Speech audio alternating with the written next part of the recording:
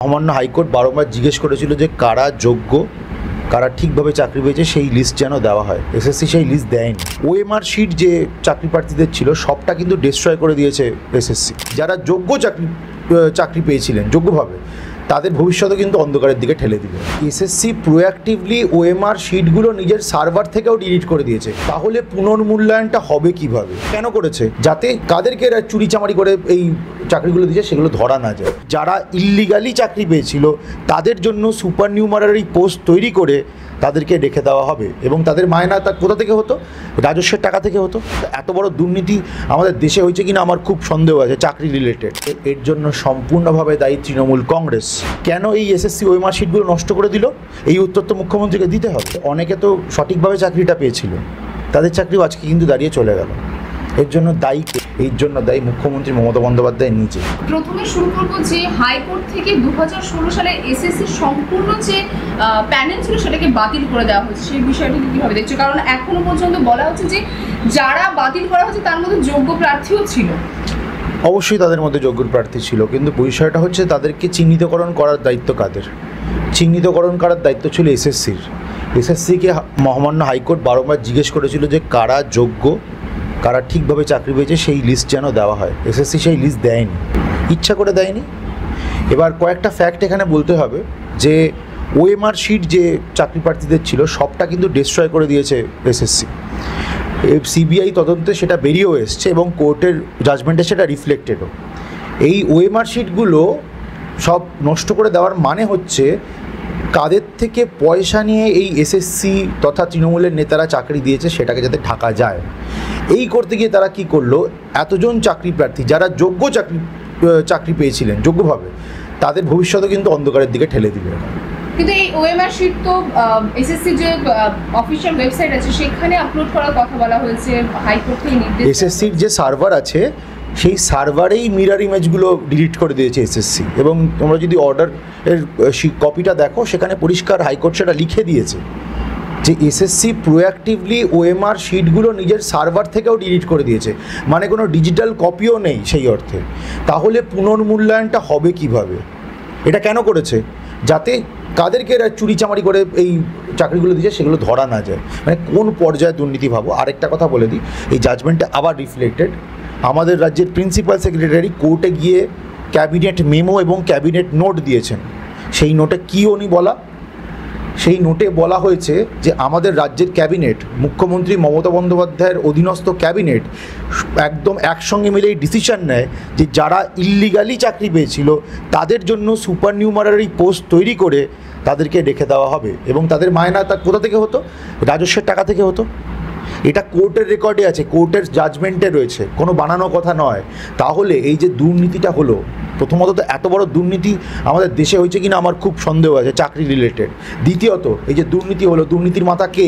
ক্যাবিনেটের মাথা কি এই দুর্নীতির মাথা নয়? কারণ উনি তো সব জানতেন, উনি তো জেনে বুঝে এই ক্যাবিনেটের ডিসিশন নিয়েছেন। কিন্তু এখন তো খুব একটা দুরাবস্থায় এসে দাঁড়িয়েছে যে যারা মানে এতদিন আমরা দেখেছি বঞ্চিত চাকরি প্রার্থীরা, তারা গান্ধীমূর্তি পাদদেশে, মাতঙ্গিনীর পাদদেশে তারা ধর্নায় বসেছে, তারা মিটিং মিছিল করেছে। কিন্তু এখন যারা চাকরি হারা হয়েছে এবং যারা নিজেদেরকে যোগ্য বলে দাবি করছে তারাও এখন সেইখানে ধর্নায় বসছে, তাদের সাথে বঞ্চনা করা হচ্ছে তারা বলছে। তাদের এটা পরিষ্কার বোঝা উচিত এবং তারা বুঝতেও পারছে। এর জন্য সম্পূর্ণভাবে দায়ী তৃণমূল কংগ্রেস, এর জন্য সম্পূর্ণভাবে দায়ী আমাদের রাজ্যের ক্যাবিনেট, এর জন্য সম্পূর্ণভাবে দায়ী তাদের অর্গানাইজেশন এসএসসি। এর বাইরে আর কিচ্ছু না। আপনার কি মনে হয়, কারণ মমতা ব্যানার্জি বলেছেন যে তিনি উচ্চ আদালতের দ্বারস্থ হবেন এবং কি এসএসসি কমিশন থেকেও বলা হয়েছে, তাহলে মমতা ব্যানার্জি আসলে কাদের পাশে রয়েছে? যারা বঞ্চিত নাকি যারা অযোগ্য? মমতা ব্যানার্জি তাদের পাশে রয়েছেন যারা চাকরি বিক্রি করার জন্য টাকা তুলেছিল। তা নয়তো এইরকমভাবে কী করে হতে পারে? ওনার cabinet supernumerary post create করতে যাচ্ছিল কাদের জন্য? যারা ইল্লিগালি চাকরি পেয়েছে তাদের জন্য। 23 লক্ষ চাকরি প্রার্থী ছিলেন যারা পরীক্ষা দিয়েছিলেন। 23 লক্ষ চাকরি প্রার্থী মানে প্রায় 1.5 কোটি মানুষ, তাদের পরিবারের লোকজন যদি ধরি, তারা অ্যাফেক্টেড। আজকে মুখ্যমন্ত্রী তাদের কথা বলছেন না। মুখ্যমন্ত্রী কাদের কথা বলছেন? যাদেরকে অযোগ্যভাবে চাকরি দিয়েছেন ওনার দল। মুখ্যমন্ত্রী কাদের কথা বলছেন? যারা টাকা তুলেছে তাদের সমর্থনের কথা বলছেন। কেন মুখ্যমন্ত্রীর অধীনস্থ এই ক্যাবিনেট কোনো স্টেপ নেয়নি এসএসসির বিরুদ্ধে? উল্টে কেন যারা চাকরি বিক্রি করেছে তাদের সমর্থনে দাঁড়ালো? কেন এই এসএসসি ওএমআর শিটগুলো নষ্ট করে দিল? এই উত্তর তো মুখ্যমন্ত্রীকে দিতে হবে। আচ্ছা, হাইকোর্টের এই রায়ে বঞ্চিতরা কিন্তু ততটা খুশি বা প্রকাশ করেনি। তারা বলছে যে মানে বঞ্চিত যারা এতদিন ধরে ধর্নায় বসে রয়েছে, যারা যোগ্য চাকরি প্রার্থী প্রাপ্ত চাকরির দাবিতে, তারা বলছে আমাদের জন্য তো কোনো রায় হলো না, রায় তো হলো যারা অযোগ্য তাদের জন্য, আমাদের জন্য কী হবে তাহলে? সত্যি এটা খুবই খারাপ লাগার জায়গা যে অনেকে তো সঠিকভাবে চাকরিটা পেয়েছিল, তাদের চাকরিও আজকে কিন্তু দাঁড়িয়ে চলে গেল। এর জন্য দায়ীকে, এই মৌলিক প্রশ্ন কিন্তু আমাদের করতে হবে। এর জন্য দায়ী এসএসসি, খালি এসএসসি বললে কম বলা হবে, এই জন্য দায়ী মুখ্যমন্ত্রী মমতা বন্দ্যোপাধ্যায় নিজে। আচ্ছা, যারা যদি নতুন করে কি নিয়োগ প্রক্রিয়া কেউ সেভাবে কি সিদ্ধান্ত নেওয়া হচ্ছে, যারা এখনো পর্যন্ত কেউ এক্সাম দিয়ে রয়েছে, কেউ ভাইভা পাস করে রয়েছে, তাদের কি প্রক্রিয়ায় হতে পারে? এটা এসএসসি ঠিকভাবে যা করার করুক। আবার কোর্টের জাজমেন্টে পরিষ্কার লেখা রয়েছে যে নিয়ম মেনে ঠিকঠাকভাবে তোমরা রিক্রুট করো। জাজমেন্টের কপিটা দেখলেই মানুষ বুঝতে পারবে।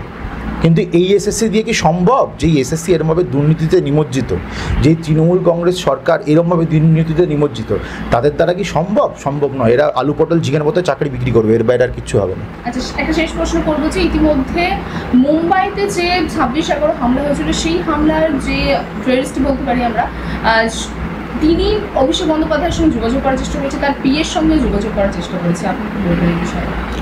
প্রথমত মুখ্যমন্ত্রী মমতা বন্দ্যোপাধ্যায় একটা পাবলিক মিটিং থেকে বলেছেন ভাইপো বন্দ্যোপাধ্যায়কে নাকি খুন করার চেষ্টা করা হয়েছিল। এবার আবার এটাও আমরা জানতে পারছি সংবাদ মাধ্যমের যেই মানুষটিকে অ্যারেস্ট করেছে সেই মানুষটি নাকি ফেস টাইম করেছিলেন আবার অভিষেক বন্দ্যোপাধ্যায় বা তার পিএ কাউকে, তাদেরকে আবার ফোনে যোগাযোগও করার চেষ্টা করেছিলেন, দেখা করার চেষ্টা করছিলেন।